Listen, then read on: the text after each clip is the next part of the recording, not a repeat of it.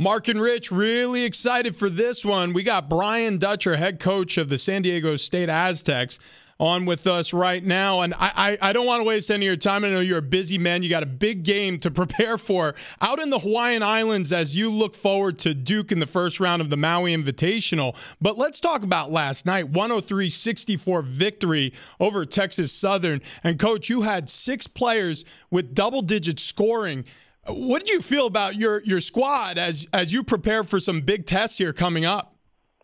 You know, Rich, we like that kind of balance. To have 6 different guys in double figures, shows that we're sharing the ball. Everybody's getting opportunity, and we're playing well. I mean, offensively, we shot close to 50%. Defensively, we held the opponent in the low 30s, and I'm real happy with where we are right now. And obviously, we have a huge challenge in front of us against Duke. Coach, I don't know how many of the fans have yet seen Nathan Mensah, one of your freshmen, who last night was one of those 6 players in double digits. Can you tell us about what you saw in Mensah before you brought him in and what you've seen now through 2 games of his career? Yeah, Nathan is a wonderful young man. He's got a terrific future in front of him with the Aztecs. We knew when we got him he was going to be a very good shot blocker, defender, and then a progressing offensive threat. And in high school, you play on eggshells if you're a big man. If you turn the wrong way and someone falls down, it's a foul. And now to be up here at the college level and play against the physical contact that he sees, I think he'll just blossom in that. And we got to talk about Jalen McDaniels, your sophomore forward, who declared himself eligible for the draft. But as we know the new rules, he came back to San Diego State and he met with a lot of teams, professional coaches, and had this experience that he came back this preseason with. And now you've seen him a couple of games. How much growth has there been year over year with Jalen McDaniels? I think Jalen has had a really good start to his sophomore season. His only problem is he gets off to a great start, then he finds himself in foul trouble. So we have to find a way to help him with that.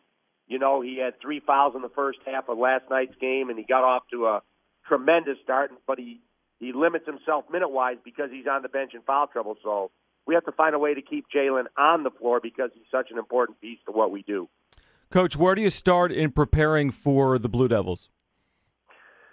We have to get back. We can't let them run us, and that's obviously easier said than done. They're terrific athletically. They get the ball up the floor. They attack to the basket. They're not afraid to shoot the 3, and their talent level is just over the top good.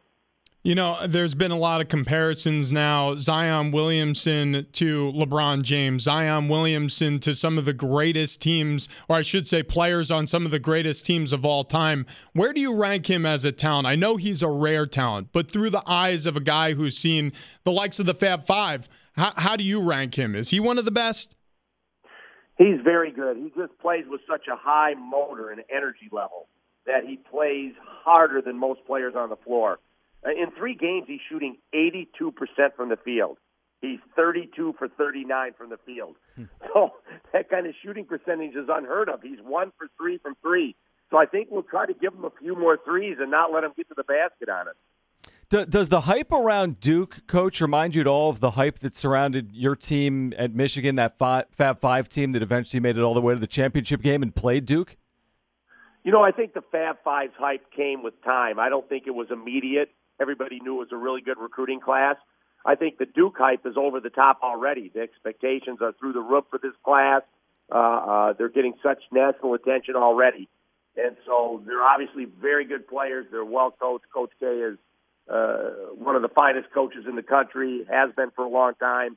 And so I think the hype is almost too high right now from their standpoint. I think Coach K would like it to move a little bit slower pace, but it is what it is, and they're playing great basketball early in the year. Head coach of the men's basketball team, Brian Dutcher, joining us as San Diego State now readies himself to play Duke in the opening round of the Maui Invitation. I realize this isn't the final game of the season, but you've been there before, and Coach K was on the opposite side of this matchup in the finals in the 91-92 season.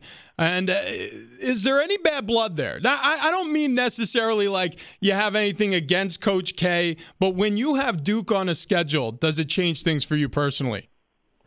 Well, it's always great having a ranked team on the schedule, and when you get to play the number 1 team in the country, it's extra exciting. we recruit the guys at San Diego State, our players, and promise them that we're going to play a national schedule. And so these are games that we promise them we'll play. I said in the paper that we'll play anybody, anytime, anywhere, and this is an example of that. To go to Maui for the third time since I've been here, to have the field that's there that includes Arizona, Gonzaga, Auburn, it's like an Elite Eight field. And so we will be tested not only by Duke, but by the next two teams we play, whoever they may be. Yeah, is there a fine line for your team and for your staff to not put too much stock in just one game, regardless of result against Duke? You've got two games to follow in Maui. So how do you put this game in perspective, regardless of what happens? I think it's just a great test for our team early in the year. It'll teach us where we're deficient, what we're doing well, and it's just a learning experience. Everything we do is to focus for the conference season, and so this will be a great prep for us to move forward to see exactly where we're at this early stage of the season. It was an interesting comment out of Jalen Rose earlier today. He was speaking on Zion Williamson, and obviously you coached him with the Fab Five and all that. He said he couldn't play on that team. Do you agree with Jalen? I mean, I realized that was a special group, a special talent in Jalen himself and the other four, but could Zion crack that roster? I think Jalen is trying to get hits on Twitter. I mean, you make a statement like that, he's being controversial, and that's what his job is. So I respect Jalen and his opinion, but Zion is a wonderful player, and I don't think he'd have trouble playing most places. What are your thoughts on those type of comparisons, though? There was also a line that came out earlier, I believe this week, that said if Duke played the Fab Five of Michigan, they'd be 7.5-point favorites. This version of Duke, is there any way to compare different eras of sports? I mean, do you ever make those comparisons? Everybody's comparing players, and, whether it's the NFL or college basketball or the NBA, it's always fun to do those comparisons. They don't hold much water. Different eras, different times, different players. Obviously, the Fab Five, we had Chris Webber for 2 years. We had Jalen Rose and Juwan Howard for 3 years, and then we had Jimmy King and Ray Jackson for all 4. And you look at this day and age, these kids aren't staying past 1 year. I don't think any of those 3 Duke freshmen will make it to their second years. And so they're different eras, different times, and different expectations. You guys have won 2 games now. The Aztecs men's basketball team has. Your opener, Devin Watson, went off. This game, it was Matt Mitchell. You have a young squad, no question about it. However, there are some stars in this roster. Jalen McDaniels, we just spoke about him. So I look at it from this perspective. I'm hoping to be delightfully surprised by something. We know the guys' names who should perform well. Who are you excited for? What did you see in the preseason that maybe the fans of the team are going to go, oh, wow, well, that wasn't there last year? I think all our veterans, our 6 returners, are all going to be important pieces, and then it's going to see which freshman comes along the quickest, whether it's Gluka Rapp or whether it's Nathan Mensah, Joel Mensah, Ed Chang, Adam Seiko. 5 freshmen are going to have an opportunity to step out and have an impact on our season. And this will be a real test for them against elite competition. Now, will they be as good as they're going to be at the end of the year? No, not even close. But they are continuing to work hard, and they're getting better every day.